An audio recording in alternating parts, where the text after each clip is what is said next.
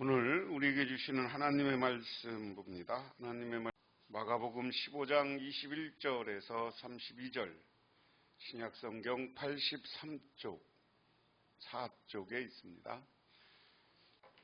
마침 알렉산더와 루프의 아버지인 구레네 사람 시몬이 시골로부터 와서 지나가는데 그들이 그를 억지로 같이 가게 하여 예수의 십자가를 지우고 예수를 끌고 골고다라 하는 곳, 번역하면 해골이라는 곳에 이르러 모략을 탄 포도주를 주었으나 예수께서 받지 아니하시니라.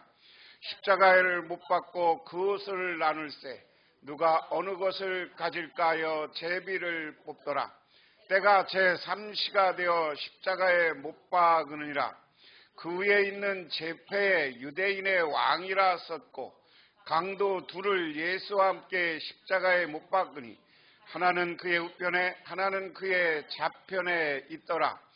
지나가는 자는 자기 머리를 흔들며 예수를 모욕하여 이르되 아하, 성전을 얼고 사흘에 짓는다는 자여, 내가 너를 구원하여 십자가에서 내려오라 하고 그와 같이 대제사장들이 서기관들과 함께 희롱하며 서로 말하되 그가 남은 구원하였으되 자기는 구원할 수 없도다.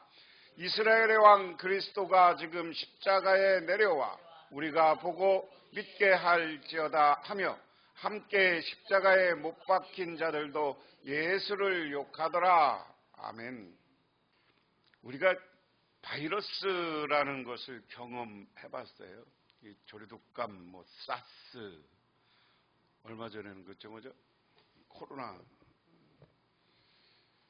그래서 어떤 분이 그렇게 이야기했습니다. 이렇게 많은 신종플루 바이러스 같은 게 감염되면 사람이 죽기도 하고 그리고 사람을 병들게도 하는 무서운 것들이 돌아가는데 사람에게 가장 무섭고 치명적인 바이러스는 영적인 바이러스다. 죄의 바이러스다 하는 겁니다. 죄의 바이러스에 오염되면 죽음에 이르는 병을 모두가 앓고 있다. 한 사람도 예가 없다. 쉽게 말하면 영적 바이러스라는 건 뭐냐면 내가 영적으로 깨어있지 않으니까 성령이 나와 함께하지 않으니까 우리 마음의 양심이라는 걸 성령이 두드려주지 않아요. 그러면 사람은 어떻게 돼요? 자꾸만 죄짓고 잘못된 길로 간다고. 그런데 이 영적인 바이러스에 걸리면 그냥 자기가 지옥에 가는지도 모르고 그렇게 산다, 그런 이야기입니다. 여러분 생각해 보세요. 그런데 그 다음에 이제 영적인 게 우리가 기도 안에서 성령이 없으면 뭐냐? 반드시 사탄은 우리에게 찾아오는데 사탄은 우리에게 욕심이라는 것으로 찾아와. 욕심, 시기심, 미움, 질투로 찾아와. 이렇게 찾아오면 우리가 그걸 어떻게 견뎌내고 그것을 제어하는 것은 기도밖에 없어요. 나를 충분히 흐려하고 성령이 와서 나를 움직이게 해야 됩니다. 그런데 욕심을 가진 사람들이 그 욕심을 다 채운 사람들이 있습니까? 진시황은 불로 장생한다고 그래서 저기 장생하는 그 약국에 오려니까 결국 사기당했어. 그 사람이 우리나라 서귀포까지 왔다는 거 아니야? 그래서 서귀포요 이름이. 진시황한테 속여갖고 나가 돈 얼마 주고 하면 이 사람이 내가 가서 불로 장생축을 구해오겠습니다. 그리고 그거 받아갖고 와서 우리나라하고 했다가 진시황한테 안 돌아갔잖아. 사기밖에 안 당하는 거야. 욕심을 잘못 부리면 사기당합니다. 그리고 우리가 또한 이것 때문에 욕심 때문에 병이 생기면 어떤 의사와 약사가 와도 멈출 수가 없다. 그래서 우리는 죄에 빠지고 지옥불에 던져진다. 그렇기 때문에 우리는 늘 영적 바이러스에 걸리지 않게 영적으로 깨어서 성령 충만한 사람이 되시기를 주님의 이름으로 축원합니다. 그래서 그게 죄를 퇴치하는 방법. 왜 그러냐라는 거예요. 그러니까 오늘 본문을 설교 준비를 하고 그리고 아까 영상을 몇 번 반복해서 보면서 아니 주님은 저렇게까지 우리를 사랑했는데 우리는 주님 앞에 어떤 모습이냐 하는 생각이 자꾸 들었어요.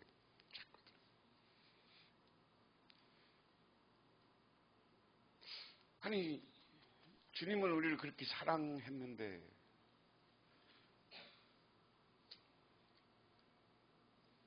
오늘 하나 본문을 보면 하나하나 따져보면 21절에는 구레네 사람 시몬이 예수님의 십자가를 대신 지는 이야기입니다. 재밌게 오늘 기록되었어요.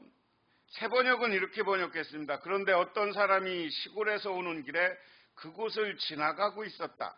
그는 알렉산더 누포의 아버지로서 구레네 사람 시몬이었다. 그들에게 강제로 예수의 십자가를 지고 가게 하였다 하는 겁니다. 마가가 이 복음서를 쓰면서 그 아들을 소개하고 있어요. 예수님을 대신해서 사람들이 로마 군대들이 촌에서 온 사람을 십자가 지게 했는데 그 사람의 아들이 누구라는 거예요? 알렉산더 누포의 아버지다. 알렉산더 누포의 아버지라고 오늘 성경에 이 이름을 기록한 걸 보면 그 당시 이 성경을 읽고 있는 교회에 이 알렉산더 루포라는 사람을 많은 사람들이 알고 있는 거예요. 그렇죠? 그러니까 성경에 썼을 거 아니에요. 그러니까 이걸 역추적해 보면 이 구레네 사람 시몬이 예수님의 십자가를 대신 졌지만 그가 거기서 예수님 그 사명을 감당하면서 그가 예수를 믿었다는 얘기죠. 그러니까 그 아들이 교회의 중심이 된 겁니다. 그래서 구레네는 아프리카 동부에 있는 도시입니다. 그리고 시몬은 그 지방에 사는 흑인의 한 사람으로 학자들은 이야기합니다. 십자가에 사용될 사람은 자기가 그 십자가의 형태를 지고 가는 법인데 예수님도 자기가 십자가를 지고 가게 되었습니다. 그러나 로마 군인들이 예수님을 하도 채찍으로 세워서 힘겨워하는 거죠.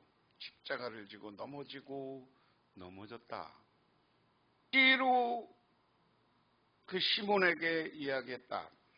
시몬의 아들은 누포와 알렉산더였는데 그의 어머니에게 문안하라. 바울이 그 어머니는 곧 내 어머니라라고 했습니다. 그러니까 시몬의 아내가 시몬도 나중에 예수를 믿고 시몬의 아내도 예수를 믿고 시몬의 아내에게 나중에 사도 바울이 내 어머니다라고 표현했어요. 그러니까 예수님을 십자가를 지고 나서 이 구레네 사람 시몬의 가족은 구원받은 사람이 되는 거예요. 믿으십니까? 그러니까 억지로라도 예수님의 십자가를 지면 전혀 예수를 모르다가도 하나님의 은혜로 이 사람과 이 가정이 구원받게 됐고 이 시몬 본인의 이름도 여기 성경에 기록되었지만 그 아들들 이름이 기록되고요. 나중에 바울이 선교하고 다닐 때 그 아내까지 존중받는 집안으로 변했다 하는 겁니다. 그런 의미에서 여러분 오늘 구레네 시몬의 고난에 참여를 잘 생각해 보세요. 억지를 해도. 그런데 오늘 주님의 십자가를 졌다. 주님의 십자가는 어떤 겁니까? 이 십자가에 높이 매다는 거거든요. 굉장히 무거운 거거든요. 어떻게 지금으로 재현할 수는 없지만 예수님을 십자가에 높이 못 박았는데 예수님이 그 십자가에 못 박은 예수에게 창으로 포도주를 줘야 됐어요. 창은 칼보다 길잖아요. 그럼 최소한 우리 사람 한 키, 두 키 정도의 높이의 그런 무거운 거고 그냥 십자가를 우리처럼 이렇게 다듬은 십자가가 아니에요. 사람 사형시키는 십자가인데 십자가를 잘 다듬어서 했겠어요? 그냥 들에서 나무 그냥 툭툭툭 잘라서 그런 십자가 짓게 했겠어요? 그렇죠? 그러니까 그런 거예요. 그러니까 그런 십자가 아주 무겁고 자기도 상처받을 수 있고 그리고 여기 삐쭉삐쭉 이런 가지들이 나와 있을 수도 있는 그런 십자가를 오늘 시몬은 졌다. 그래서 우리도 오늘 본문을 공부하고 예수 믿으면서 하나님이 나에게 십자가를 지게 했는데 그것은 우리는 늘 어떻게 해석해요? 내가 교회에서 하는 역할, 또한 전도하는 역할, 뭐 이런 것들 이야기하는 거죠. 그거 내가 잘 감당하고 있나? 우리는 다른 말로 사명이라고 그래요. 하나님이 우리에게 사명을 주셨어요. 사명을 주셨어요. 교회에서 여러분들에게 직분을 받고 여러 가지 역할을 주셨어요. 이걸 어떻게 잘 감당하고 있는가? 하나님이 맡겨준 사명 잘 감당하고 있는가 하는 것을 늘 우리가 점검해 봐야 된다. 쉽게 말하면 시몬은 억지로 예수님의 십자가를 맸지만 그게 은혜였고 그와 성령이 함께 하니까 그 가족이 구원받고 그 가족과 자녀들이 영원히 많은 지금까지도 이 성경에 2000년이 지난 지금도 그 이름들이 기록돼서 그 이름들을 기억하는 축복받은 사람이 되었는 줄 믿으시기 바랍니다.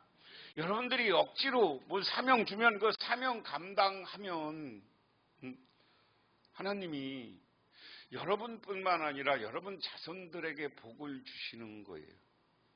믿으십니까?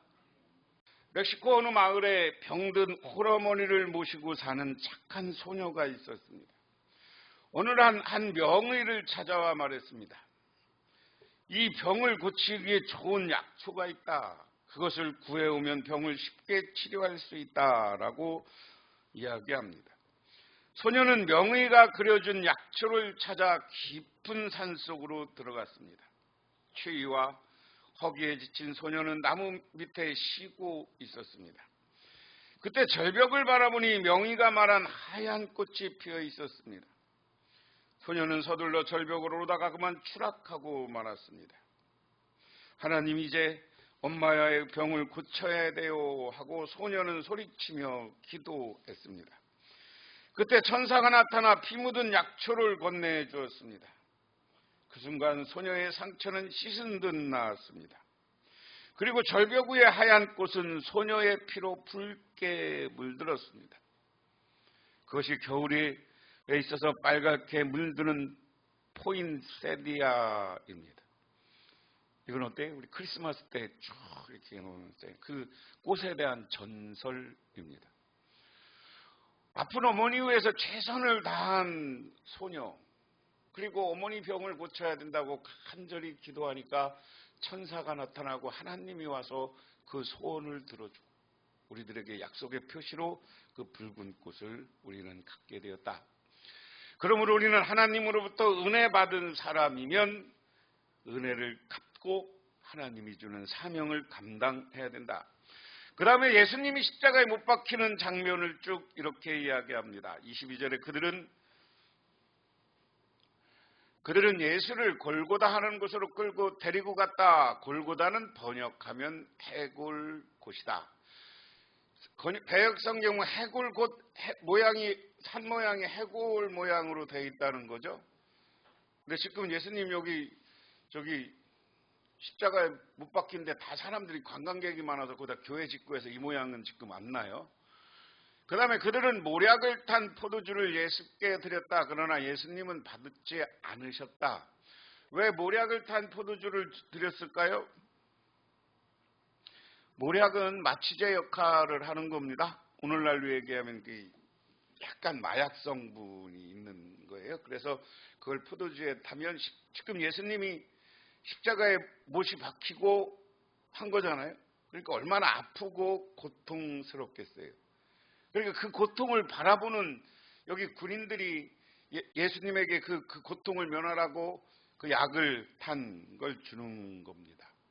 그 다음에 그들은 예수를 십자가에 못 박고 예수의 옷을 나누어 가졌는데 제비를 뽑아서 누가 무엇을 차지할지 결정하였다. 예수님을 못 박은 때는 아침 9시였다. 자, 보세요. 여기는 3시라, 개혁성경은 우리 새번역은 이것을 오늘 우리의 시간으로 번역, 저녁부터 시간 계산을 합니다. 하루 계산을. 그래서 9시라는 것을 아침 9시에 못 박혔다 이렇게 우리는 생각하면 시간 개념으로 3시 그러면 잠깐만 오후라고 생각하는데 오후가 아닙니다. 자, 그 다음에 그의 제패에는 유대인의 왕이라고 적혀 있었다. 예수님의 제목이 유대인의 왕이었다 하는 겁니다. 다른 얘기할 것 없이. 이것은 뭐와 관계 있어요? 지난 시간에 배운 게 빌라도에게 갔을 때 네가 메시아나 유대인의 왕이냐라고 빌라도가 물었어요. 예수님이 뭐라고 대답했어요? 이 말이 맞다? 그렇게 대답했습니다. 그러니까 예수님이 지난 시간에 제가 말씀드릴 때 예수님이 나는 누구다라고 한 적은 없어요. 신문하는 사람들이 네가 이렇게 이렇게 맞느냐? 그러면 맞다. 이렇게 표현을 많이 했습니다. 그래서 예수님은 제목은 유대인의 왕이다. 유대인의 왕이라는 것은 뭔 얘기예요? 지금 예수님이 진짜로 유대인의 왕으로 등극했어요? 안 했어요? 네? 안 했죠? 그럼 유대인의 왕이라고 했다는 얘기는 뭐예요? 오늘날로 얘기하면 뭐예요? 반란의 개수입니다. 그러니까 왕이라고 자칭왕이에요. 자칭왕. 그러면 자기가 스스로 왕으로 해서 사람들을 몰고 다녔으니까 예수님이 십자가에 못 박을 때 예수님이 다른 죄가 아닙니다. 예수님이 유대인의 왕이라고 했다는 것은 반란 세력으로 몰아서 죽인 거예요. 세상으로 해서. 그러니까 모함이다라는 거죠. 모함. 예수님은 스스로 유대인의 왕이라고 안 했어요. 그 이유는 이스라엘 사람들, 유대인들이, 그리고 유대인들의 제사장들이, 그리고 유대인의 율법 학자들이, 바리새파 사람들이 예수님을 빌라도에게 가서 이 사람이 유대인의 왕이라고 합니다. 그래서 로마에 대적해서 새로운 나라라고 생각하는 반역자입니다. 이렇게 고발한 거예요. 그러니까 반역자니까 빌라도 당신이 사형언도를 내려주십시오 하는 얘기가 그 얘기였던 거예요. 그러니까 이제 예수님이 확인한 거예요. 당신이 이제 유대인의 왕이냐? 그러니까 유대인의 왕이다. 그 이야기는 뭐예요? 역설적으로 하면 예수님은 이 땅에 세 가지의 모습을 가지고 오셨어요. 우리가 흔히 얘기할 때 예수님 뭘로 오셨어요? 예수님은 왕으로서의 예수님, 우리가 그렇게 이야기합니다.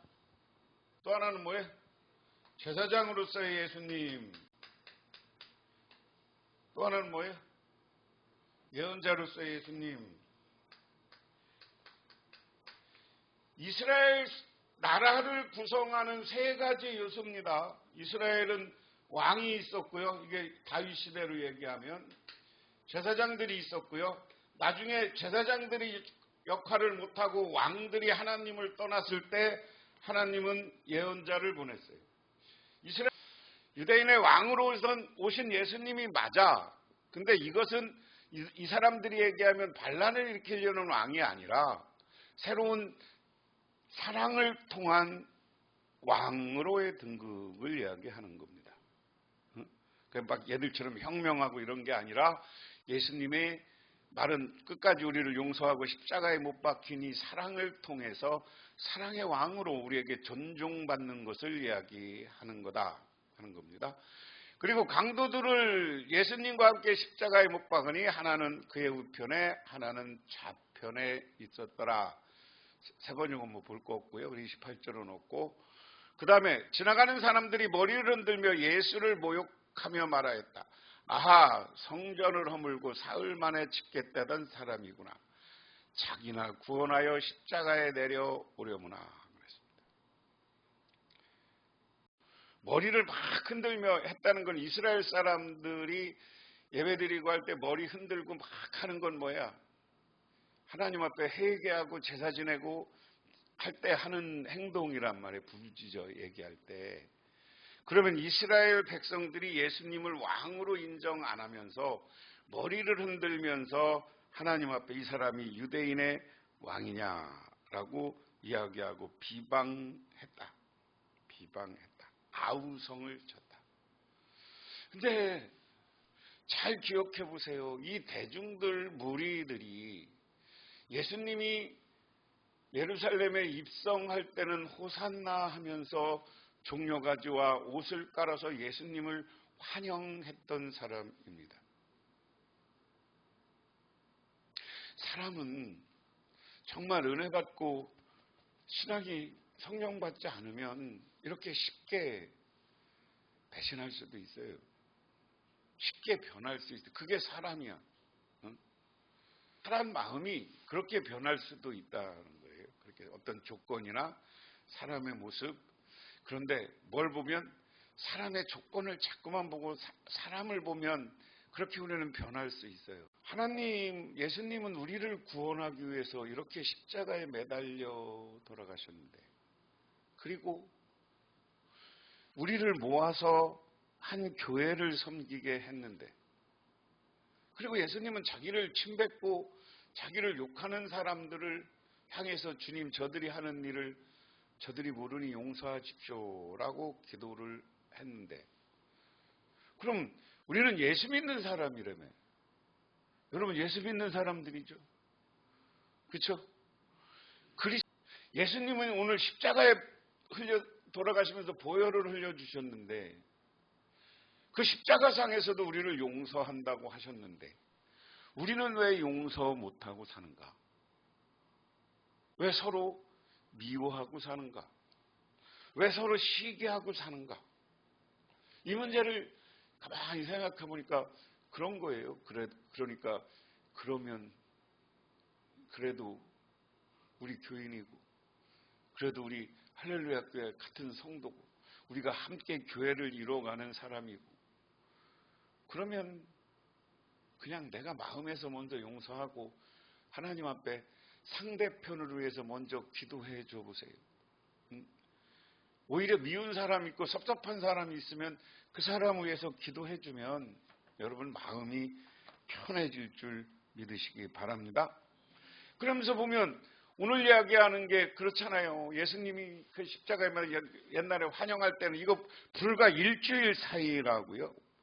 종려주일이, 오늘 이건 6월 토요일 날 있는 거니까 일주일 사이에 이렇게 사람들이 변했어요. 대제사장들도 율법자들과 함께 그렇게 조롱하면서 말하였다. 그가 남은 구원하였으나 자기는 구원하지 못하는구나. 이 사람들의 구원가는 뭐예요? 이 당시 율법학자나 대제사장들은 어떤 생각을 하는 거예요? 십자가에서 예수님이 기적으로 내려오는 것을 상징하는 거예요. 그런데 오늘 그 다음도 이스라엘 왕 그리스도는 지금 십자가에 내려와 봐라. 그래서 우리로 하여금 보고 믿게 하여라. 예수와 함께 십자가에 달린 두 사람도 그들을 욕하였다. 같이 죽어가면서도 예수님을 욕했다 하는 이야기거든요.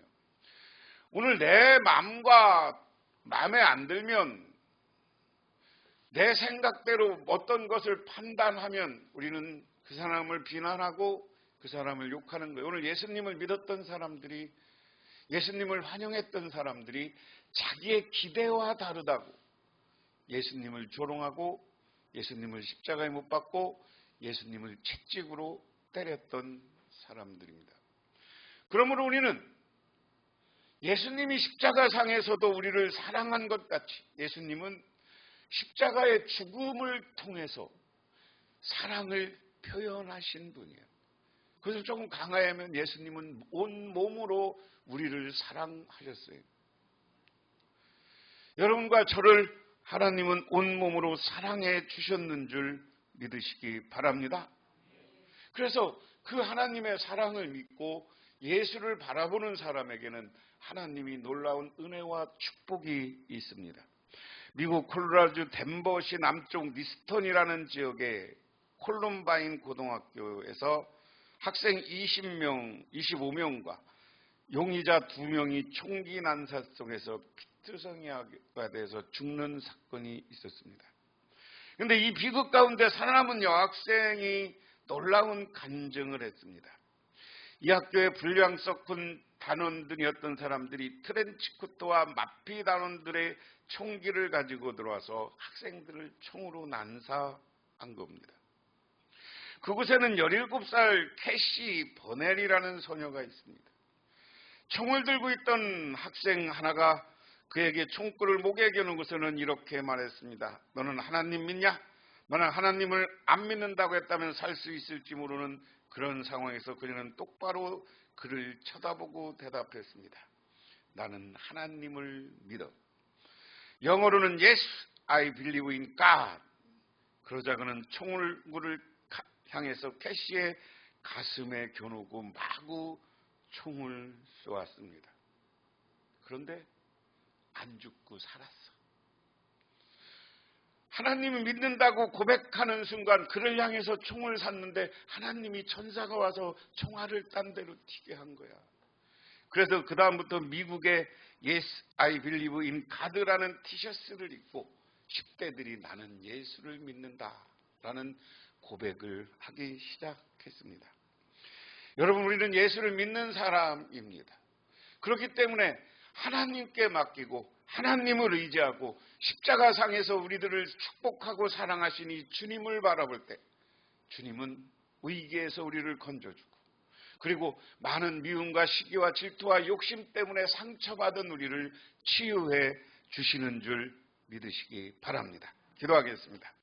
하나님 아버지 고맙습니다. 오늘도 하나님의 은혜와 은총을 기억하며 저희들 주님께 나와 기도합니다. 오늘은 특별히 예수님이 이 땅에 오셔서 십자가에 매달린 이 장면을 다시 한번 되새겨 보았습니다.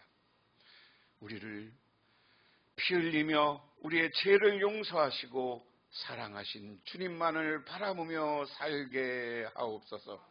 그 크신 사랑을 기억하면서 우리도 큰 사랑으로 우리 교우들을, 가족들을, 이웃들을 대하게 하옵소서.